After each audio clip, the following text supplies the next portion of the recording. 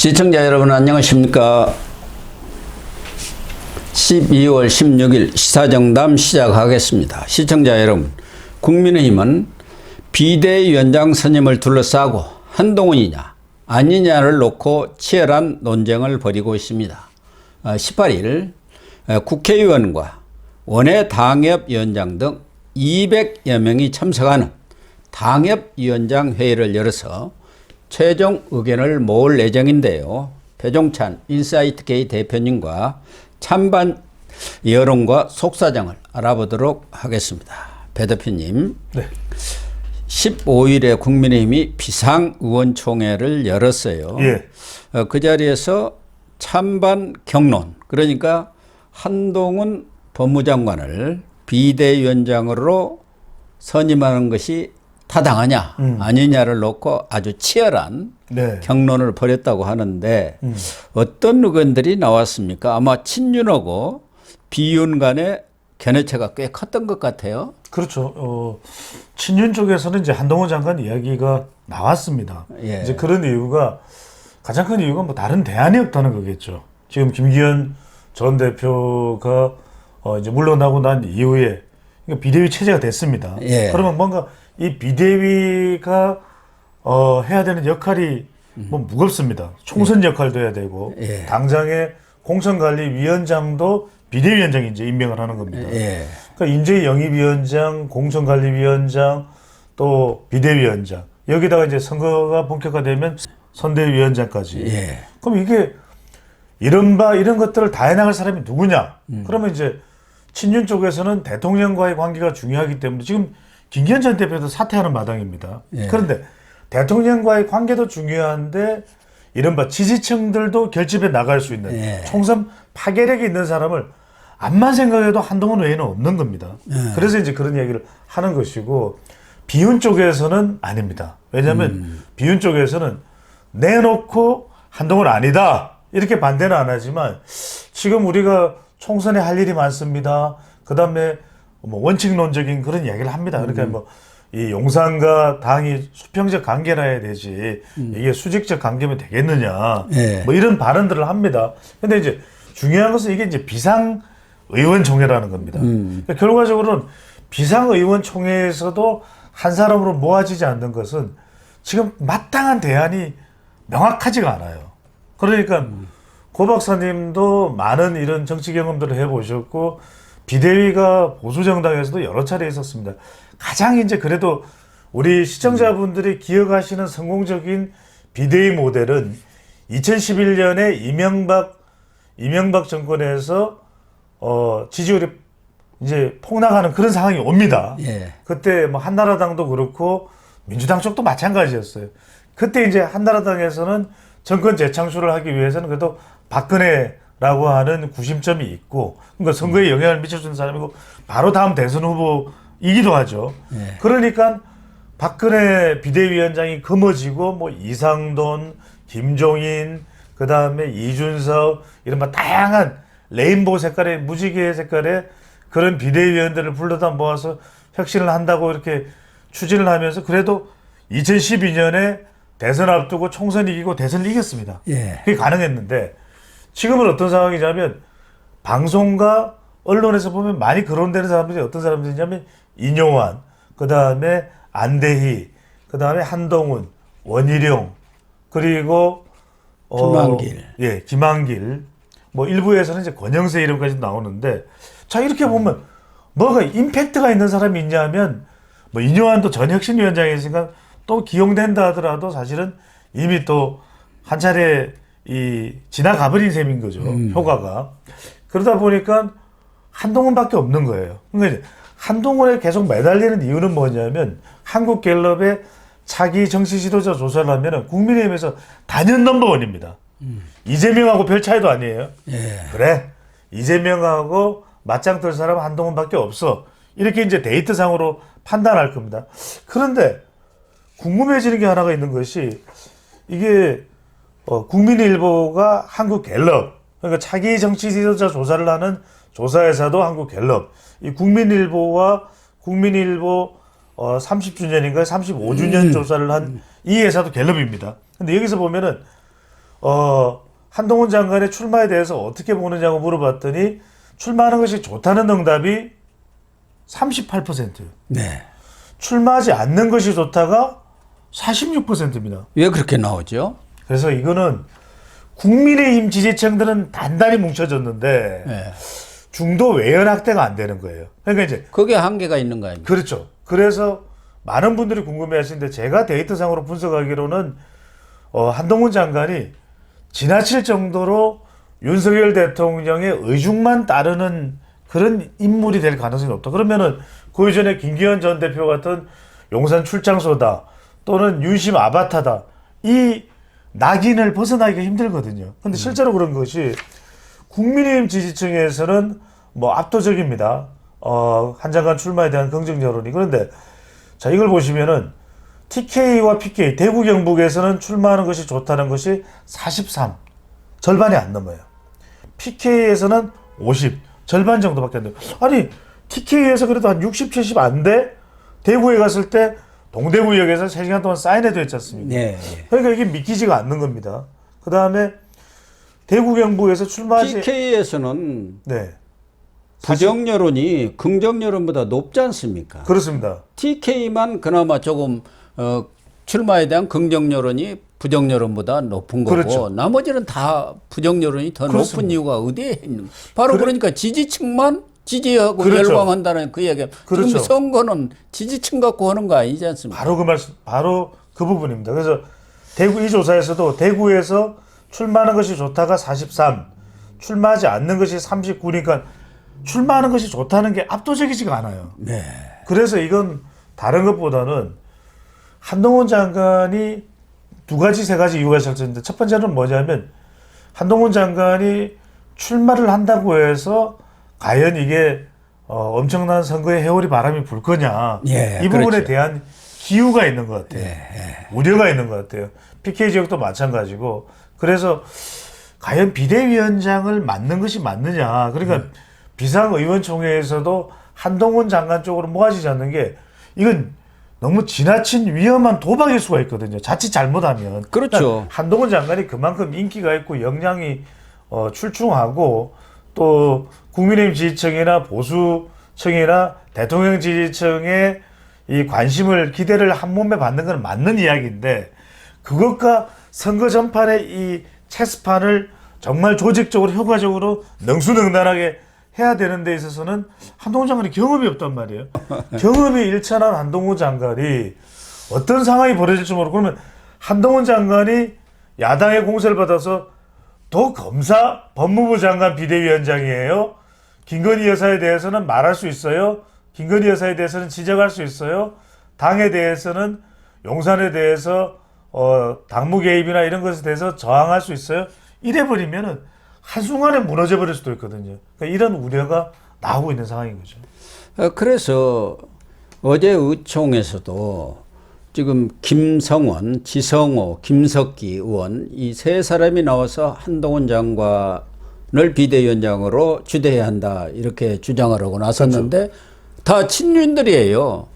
그렇기 때문에 이런 분들이 나선 것은 뭔가 여권 핵심에서 오더가 내려온 것 아니냐는 게 또 비윤 쪽의 의구심인 것 같아요. 그래서 김웅원이 나와가지고 대통령 아바타가 나와갖고 어떻게 총선을 이기겠느냐. 좀 심한 얘기를 하기는 했어요. 그래가지고 만약에 총선에서 참패하면은 백석이하로 가면은 대통령 탄핵까지도 나올 수 있고 북한의 김정은이가 김주에 앞세우듯이 또 그러려고 하느냐. 친윤들이. 그건 좀 지나친 발언이라고 생각을 합니다만. 네. 어쨌든 이게 이제 비윤 쪽이라든가 또 중도, 중립에 있는 사람들의 의견이 아닌가 이런 생각도 들고 이용호 의원 같은 경우도 총선 승리를 위해서는 악마라도 모시고 와야 하고 적장이라도 모시고 와야 한다. 김종인 전 비대위원장 민주당 가서 문재인 정권 때 총선을 승리로 이끌었지 않느냐 이런 의견을 표시를 했고 아마 대다수 의원들은 당과 정부 관계, 수직적 이런 당정 관계, 용산과의 관계를 개선해야 한다, 바꿔야 한다. 그런 얘기를 한 것은 사실은 한동훈 장관에 대해서 비토, 반대 발언하기를 그러니까 이제 돌려서 얘기한 정도 아니겠습니까? 고 박사님 말씀에 조금만 더 제가 부연 설명을 드리면 그게 이제 걱정을 하는 거죠. 왜냐하면 한동훈 장관이 싫어서가 아니라 한동훈 장관이 마음에 안 들어서가 아니라 그렇죠. 한동훈 장관이 더 잘할 수 있는 역할이 있다 이 부분인 거죠. 그러니까 예. 한동훈 장관이 그러면은 이제는 정치판에 뛰어들어서 총선 출마할 것이 거의 기정사실이 되는데 그러면 한동훈 장관이 총선에 선거에 기여할 수 있는 방법은 여러 가지가 있습니다. 많죠. 자, 출마할 때 비대위원장보다는 오히려 지금 김웅 의원도 그렇고 김웅 의원은 또 검사 출신이니까 네. 한동훈 장관을 누구보다도 잘 아는 인물일 거예요. 그러면 한동훈 장관의 이 역할과 도움이 필요합니다. 출마하는 사람들한테도. 모든 의원들도 그렇죠. 그렇게 생각하고 한동훈 있죠. 바람을 불러일으키어서 이 선거에 국민의힘이 뿜뿜할 수 있는 그 동력을 만들어줄 수 있는 사람이 거의 뭐 한동훈밖에 없는 상황이거든요. 그런데 그렇다면 한동훈은 선대본부장이나 공동선대위원장이 어떠냐. 네, 전국을 돌아다니면서 그렇죠. 지원 유세, 그렇습니다. 인기가 있으니까 그렇죠. 바람을 몰고 다니. 그렇죠. 그런데 비대위원장은 당도 추설해야 되는데 당에 대해서 한동훈 장관이 잘 알까요? 경험이 일천한데. 그리고 비대위원장이 공천관리위원장도 임명해야 되는데 그러면 어떻게 생각하겠습니까? 한동훈 장관이 임명하는 사람에 대해서 긍정적으로 평가하는 사람도 있겠지만 당장 어떻게 생각하시면 대통령이 또 주문을 했나 보다. 대통령이 그러니까. 지시를 해서 공천관리위원장 임명. 그러니까 이렇게 되면 한동훈 장관도 굉장히 위축될 수밖에 없습니다. 그러니까 오히려 한동훈 장관의 쓰임새가 반감될 수밖에 없거든요. 그런 면에서 지금 나오는 이야기는 오히려 한동훈 장관은 말 그대로 선거에 오롯이 역할을 할 수 있도록 출마도 하고 또 공동 선대위원장도 맡는 게 좋다는 의견이고 방금 전에 고 박사님 말씀이 어떤 말씀이냐면 저는 100% 이해가 되는 게 오히려 이럴 때 당에 녹아들어서 비대위원장 역할을 해주죠. 그러니까 선거 끝나고 나면 비대위원장은 또 전당대회를 통해서 교체될 겁니다. 예, 그렇다면 선거의 달인 또 대통령과 잘 조율을 하면서 선거 전반을 끌고 갈 수 있는 이른바 선거 마술사. 그러니까 이제 그런 인물이 이전에는 우리가 머릿속에 떠오르는 사람이 김종인이 있거든요. 네. 또 한 사람이 떠오르는 사람이 누구냐면 김한길이에요. 예. 근데 이제 김한길에 대해서 하나의 걸림돌이라면 이 사람이 민주당 대표까지 한 적장이었지 않느냐. 그런데 이 세상은 적반하장도 있고 적장도 있습니다. 예. 그러니까 파격이라는 것은 한동훈을 데려다 넣어도 파격이지만 한편으로는 그럼 김한길을 비대위원장으로 데려놓는다고 해서 보수 후보를 찍을 사람이 국민의힘 찍을 사람이 등 돌리겠습니까? 그건 아닐 거 아니겠습니까? 그렇겠죠. 오히려 김한길이 와서 파격적으로 이뉴한 전혁신 위원장이 하지 못했던 것까지 파격적인 공천도 하고 파격적인 공약도 내밀고 하면 아니 그러면 중도층에서 볼 때 국민의힘이 달라졌어? 무당층에서도 2030 MZ세대를 그렇게 판단할 수 있는 것이거든요. 예. 그렇게 되면 오히려 이재명 대표의 재판 리스크가 점점 물 불어나듯이 불어나는 그런 상황이라면 오히려 김한길 비대위원장, 한동훈 공동선대위원장, 그 다음에 이철규 인재위원장, 또 공천관리위원장이 누가 임명돼서 이게 더 낫지 않느냐? 이게 더 성공적인 모델이냐? 왜? 총선에 지면은 고 박사님하고 계속 우리 방송에서 이야기지만 우리가 데이터상으로 분석을 해봐도 지금 총선까지 만약에 폭망해서 대통령이 여소야대로 이어진다 그러면 그렇게 해서 지난 2016년 총선 이후에 결국 탄핵까지 가버렸던 사람이 누굽니까? 박근혜 전 대통령이거든요. 예. 그러니까 윤석열 대통령의 운명도 위태위태 흔들흔들해집니다. 그러면 총선에서 반드시 이기는 모델로 가려면 그래도 비대위원장은 경험이 있는 사람, 선거의 마법사가 와야 되는 것이겠죠. 그런데 지금 용산의 뜻이랄까 윤심은 여권 핵심부로 흔히 언론에서는 표현을 합니다마는 중앙일보 보도를 보면은 한동훈으로 사실상 내정이 된 것 아닌가 이런 얘기를 지금 하고 있어요. 네. 그러나 동아일보 같은 사설을 보면은 윤석열 대통령이 그동안 주도를 해왔던 이 국정 운영의 지지도가 왜 윤석열 대통령의 지지가 32%뿐이 안 되고 부정은 60%가 넘느냐 그런 얘기와 함께 김기현 체제가 왜 무너졌느냐 그리고 김태우 강서구청장 후보는 왜 그렇게 패했느냐 엑스포는 왜 실패했느냐 또 새만금은 또 왜 이렇게 됐느냐. 그렇죠. 이런 부분들을 누가 주도했느냐 그 문제 아닙니까? 그렇습니다. 그건 결국 윤석열 대통령의 주도로 한 것이고 김건희도 이준석이 쫓아가가지고 내 책임은 없는데 내가 다 뒤집어 썼다 뭐 그런 하소연을 했다는 거 아닙니까?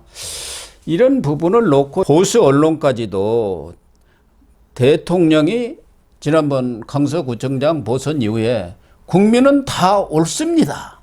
국민의 뜻에 따르겠습니다. 다시 이 얘기를 그렇죠. 했으면은 그 국민의 뜻을 따라야 하는데 여전히 대통령의 의지로 후임 비대위원장까지 이렇게 끌고 가는 것은 과연 옳은가 하는 의문을 제기를 했더라고요. 검증이 안 된 불확실성 이런 것에 대한 우려가 있는 것 아니겠습니까? 저도 이제 고 박사님 말씀에 전적으로 공감하고 저는 제가 이제 우리 시청자분들께 드릴 수 있는 말씀은 일단 데이터를 통한 분석과 그 데이터를 기저로 깔았을 때 과연 이른바 이 모든 것을 결정할 수 있는 결정권자가 어떤 위치에서 결단을 내리냐 이 예. 관점에서 좀 분석을 해드리겠습니다. 예, 그래요. 일단 우선은 이제 우리 고 박사님께서 정말 예리하게 두 언론사를 예로 가지고 왔습니다. 한 언론사가 이제 중앙일보와 한 언론사가 동아일보인데 동아일보는 보면은 이랬으면 좋겠다라고 하는 좀 바람이 들어가 있어요. 근데 대체로 이제 제가 분석한 데는 중앙일보는 나오는 정보들을 수집을 해서 그냥 있는 그대로 그것을 좀 모아서 약간 속보성 이 기사를 정보를 내보내는 좀 그런 성격이 있습니다. 예. 그래서 방통위원장 김홍일도 정확하게 적중을 했어요. 중앙일보가. 저는 이 중앙일보에서 한동훈 이야기가 장관 이야기가 나오는 배경이 이렇게 봅니다. 세 가지인데 첫 번째로는 고 박사님이 말씀하신 그런 우려들을 저는 다 공감합니다. 그런데 그래도 한동훈 이야기가 나오는 것은 대통령이 지금 김건희 여사 특검 이야기도 나오고 여러 가지 수세에 몰려있는 상황에서 엑스포도 그렇고 등등 그렇고 뭐 해외 순방도 여러 차례 갔는데 결국 성과는 뭐냐는 야당의 공세도 그렇고 여기에서 정치인들을 여러 명 이제 윤석열 대통령 호흡을 맞춰봤습니다. 뭐 김기현 전 대표도 있고 등등도 있는데 믿을 만한 사람이 없다라고 판단했을 가능성을 배제할 수 없다. 그렇죠. 그래서 오로지 윤석열 대통령이 보면 지금 방통위원장도 그렇게 사람들이 그건 아닐 것 같은데라는 이야기가 나오지만 김홍일입니다. 그러면 총선 죽기 아니면 뭐 죽는 거 아니면 죽기 살기야. 그러면 한동훈 동훈이야. 내가 믿을 사람은 동훈이밖에 없어. 내가 법무부 장관 임명했잖아. 우리 동훈이야. 그 다음에 저는 두 번째 무슨 말씀인지 한동훈 장관이 인기가 없었다면 임명 안 했을 거예요. 예. 그런데 가만히 보니까 한동훈이가 야당 대응도 법무부 장관을 잘했고 그리고 이제 그것이 꼭 정치판에 잘한다는 보장은 없지만 어쨌거나 간에 정치적인 이 영향력으로 판단할 수 있는 지지율이 잘 나오고 있습니다. 예, 예. 어쨌거나 간에 단연 오세훈 뭐 홍준표 다 제치고 1위예요. 한동훈 1위입니다. 그리고 이재명하고 별 차이도 안 나요. 그 다음에 저는 마지막이 중요한데 본인으로서는 지금 지지율도 낮고 윤석열 대통령으로서는 내년 총선이 쉽지 않다고 판단한 것 같아요. 예. 왜냐하면 이 지지율로는 윤석열 대 이재명 대결로 가면 내가 어렵다. 아예 판을 미래 세력인 미래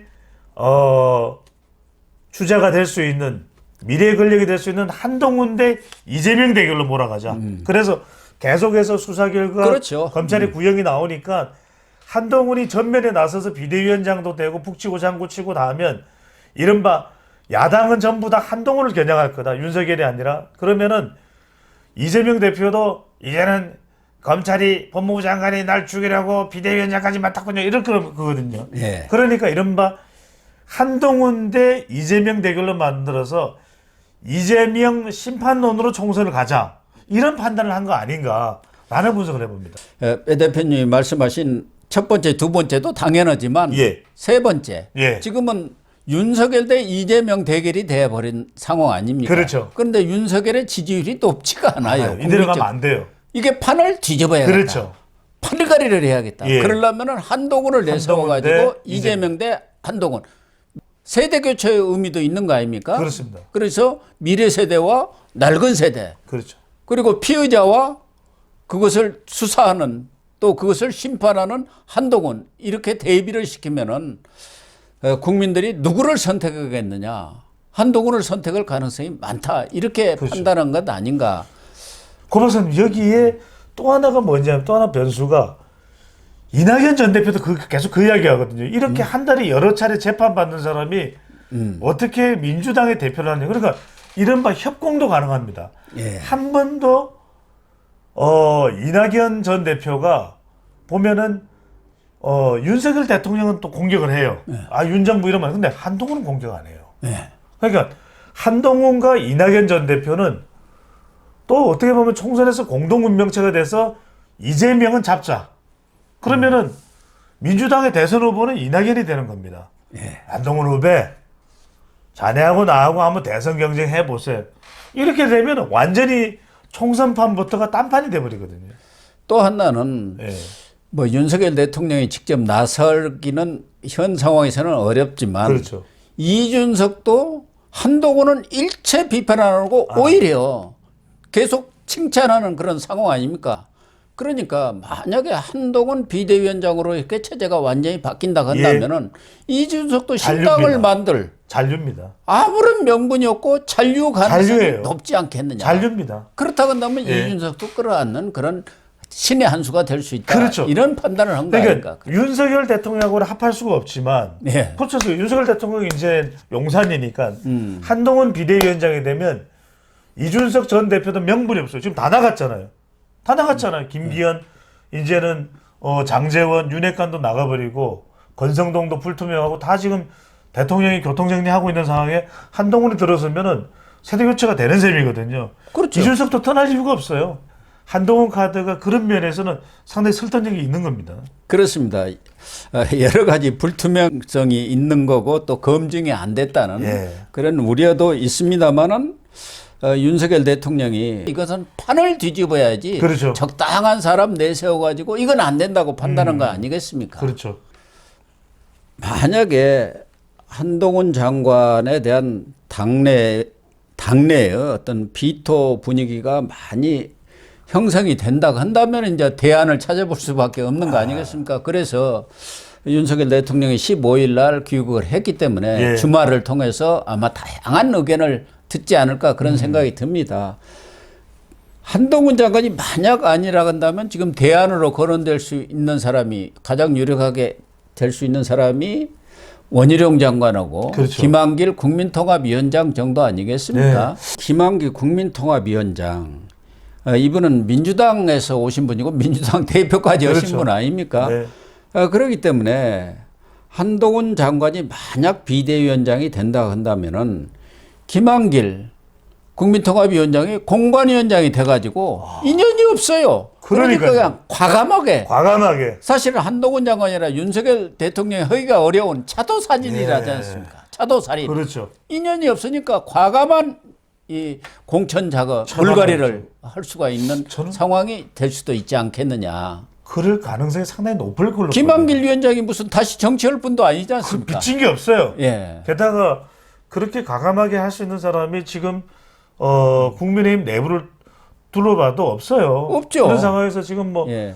김무성 전 대표도 출마한다 그러지. 그러니까 지금 당이 굉장히 공천으로 어수선할 수 있거든요. 예. 그것을 정말 말 그대로 단칼에 처리할 수 있는 사람이 그리고 용산과의 또 교감, 또 한동훈 장관과의 교감, 또 이뇨한과의 교감 이렇게 정말 두루두루 그렇죠. 가교 역할을 할 수 있는 사람이 김한길이죠. 사통팔달 할 수 있는 사람이 김한길이에요. 그리고 한동훈 장관이 비대위원장이 되면 신구 조화도 필요하지 않습니까? 예. 그러면 김한길 위원장이 딱 버티고 있으면 그 효과는 막대합니다. 예. 그런 점에서 김한길 공관위원장도 뭐 충분히 한번 검토해 볼 만하지 않나. 아이, 그럼요. 뭐 물론 비대위원장도 워낙 정치 경험이 많으니까 가능성이 있습니다만은 그건 예. 이제 윤석열 대통령이 최종적으로 선택할 그렇죠. 몫이고요. 그러니까 김한길 위원장은 비대 아니면은 공관 이렇게 뭐 정말 양수겹장이죠. 예.